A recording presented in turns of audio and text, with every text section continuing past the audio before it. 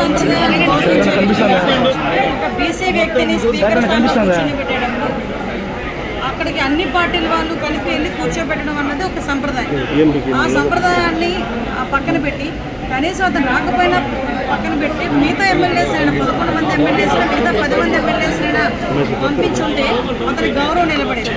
నేను ఏదైతే సభా సంప్రదాయాన్ని గౌరవిస్తానని ప్రమాణం చేశాడో ఆ ప్రమాణం 24 గంటలు కాకముందే అతను ఆ ప్రమాణాన్ని తప్పడం నిజంగా చూస్తూ ఉంటే జగన్కి మొన్న 11 సీట్లు రావడం తగిన శాస్త్రం మాత్రం క్లియర్గా కూడా. సో అతని దాని గురించి ఎక్కువగా మనం ఆలోచించుకోకూడదు. ఎందుకంటే ఇంతవరకు కూడా రాష్ట్ర 19 నుంచి 24 వరకు ఆ సభని కాస్త కౌరవ సభ కింద మార్చేశారు. ఆ సభలో చట్టాలని మనం ప్రవేశపెట్టడం అన్నది తక్కువయ్యి ఎక్కువ బూతులు తిట్టుకోవడం కానీ, వ్యక్తిత్వ హననం చేయడం కానీ, క్యారెక్టర్ అసోసియేషన్ చేయడం కానీ, ఇంట్లో ఆడవాళ్ళ గురించి మాట్లాడడం కానీ, వెకిలి నవ్వులు నవ్వడం కానీ, వెకిలి చేష్టలు చేయడం కానీ, ఇవే 5 సంవత్సరాల్లో సభ్యుల దగ్గర నుంచి మనకు కనిపించింది.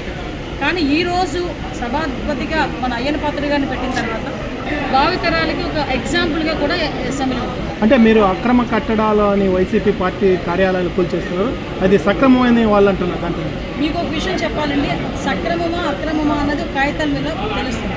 వాళ్ళు ఎక్కడంటే పర్మిషన్ తీసుకోలేదు. కోర్టు కూడా చాలా క్లియర్గా ఏం చెప్పిందంటే ఒకవేళ నిజంగా కనుక అవి అక్రమ కట్టడాలు అయితే మీ యాక్షన్ మీరు తీసుకోండి అని చెప్పింది. So as per court order ప్రకారం మేము చేస్తాం. అది చేయలేదనుకోండి మేము కంటెంప్ట్ ఆఫ్ కోర్ట్ అవుతుంది కదా. సో దట్ అది కంపల్సరీ జరుగుతుంది. అంటే ప్రతి జిల్లాలోనూ కూడా వైసీపీ కార్యాలయాలు ఉన్నాయి, దానిపైన ఇదే విధంగా ఉంటాయి. ప్రతి జిల్లాలోనే ఉన్న వైసీపీ కార్యాలయాలు కనుక ప్రభుత్వ భూమిలో వితౌట్ పర్మిషన్ కనుక పెడితే డెఫినెట్గా ఇదే జరుగుతుంది. అంటే గత 5 ఏళ్లుగా మహిళలు పడిన బాధలు మీరు కూడా ఉన్నారు, అందులో మీరు కూడా ఒక బాధితురాలుగా ఉన్నారు. దీనిపైన మీరేమంటారు?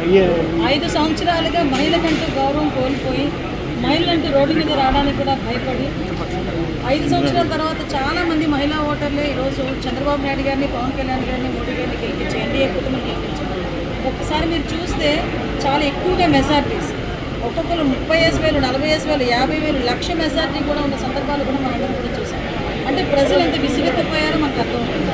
ఒక్కసారిగా ఏదో ఆంధ్రప్రదేశ్ ఊపిరి పీల్చుకున్నట్టుగా చంద్రబాబు నాయుడు గారు అనే నేను అని ఆయన, పవన్ కళ్యాణ్ అనే నేను అని పవన్ కళ్యాణ్ గారు ముఖ్యమంత్రి ఉప ముఖ్యమంత్రిగా ప్రమాణ స్వీకారం చేసిన తర్వాత ఈరోజు రాష్ట్రంలో ఉన్న మహిళలే కాదు అందరూ కూడా హ్యాపీగా ఫీల్ అవుతున్నారు. ఒక భరోసాగా, ఒక ధైర్యంగా ఉన్నారన్న సంగతి మనం గాంజాయి మీద 5 సంవత్సరాల్లో గాంజాయి మీద హోమ్ మినిస్టర్ కానీ, సీఎం కానీ ఒక రివ్యూ చేసిన పరిస్థితి కూడా కనిపించింది. ఎంత దారుణమైన సిచ్యువేషన్స్ ఎదుర్కొన్నామంటే ప్రతి చిన్న పిల్లలు కూడా స్కూల్లోనే కూడా 5వ తరగతి 6వ తరగతి చదివే పిల్లలలో కూడా ఈ గాంజాయి అనేది విపరీతంగా మనకు కనిపిస్తూ ఉంది. అటువంటి వాటిని ప్రివెంట్ చేయడానికి కూడా గవర్నమెంట్ ఈ రోజు వరకు తీసుకోవాలి. ఎంత దారుణం అంటే నార్కోటిక్ సెల్ అని చెప్పి సెల్ మనం డెవలప్ చేయాలి. ఆ నార్కోటిక్ సెల్ని కూడా తీసుకొచ్చి సిఐడిలో ఇన్వాల్వ్ చేశారు. ఎస్సీబీ ఉందని చెప్పి ఈ రోజు వరకు కూడా గంజాయి మీద ఒక ఎటువంటి యాక్షన్ ప్లాన్ కూడా తీసుకోలేదు. సో మేము ఎస్సీబీకి అనుగుణంగా నార్కోటిక్ సెల్ కూడా మేము బలోపేతం చేస్తాం.